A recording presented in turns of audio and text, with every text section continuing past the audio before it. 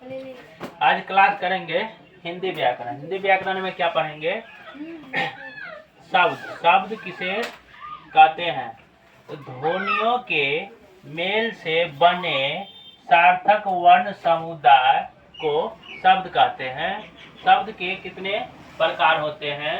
किसी शब्द की रचना की संबंध से शब्द के 4 प्रकार। कितना प्रकार होगा? तो एग्जाम में आ गया 1 नंबरा में शब्द के कितने प्रकार होते हैं रचना की दृष्टि से, तो कितना होगा?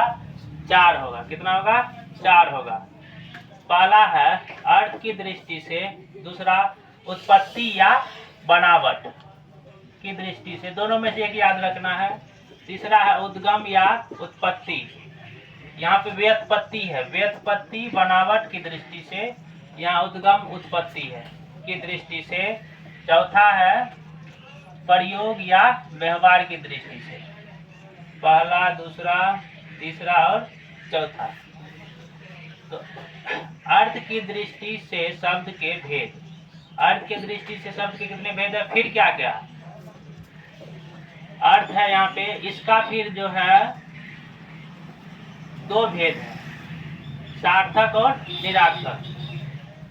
पहले हम क्या किए हैं? शब्द और रचना की दृष्टि से शब्द 4 प्रकार है। कितने प्रकार है? 4। अब क्या इन चारों का भी प्रकार है?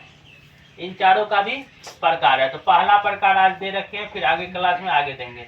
अर्थ की दृष्टि से शब्द के कितने प्रकार दे रखा है? 2 प्रकार, सार्थक और निरार्थक। सार्थक शब्द का परिभाषा लिखेगा, जिन शब्दों का स्वयं कुछ अर्थ होता है उन्हें सार्थक शब्द कहा जाता है, जैसे माता, पिता, छात्र और भी इत्यादि आदि। ठीक है। दूसरा है निरार्थक शब्द, जिन शब्दों का अलग कोई अर्थ नहीं होता है उन्हें निरार्थक शब्द कहा जाता है, जैसे चप, मट, लप, तप, कुछ भी कोई अर्थ ही नहीं निकले, कुछ भी एग्जाम्पल दे सकता है, इसके अलावा भी दे सकता है, और इसके अलावा भी इसमें भी दे सकता है, माता पिता के अलावा भी दे सकता है, दादा दादी भी हो जाएगा। कोई अर्थ निकले जिसका, वो होगा सार्थक, जिसका कोई अर्थ नहीं निकले होगा निरार्थक। ठीक।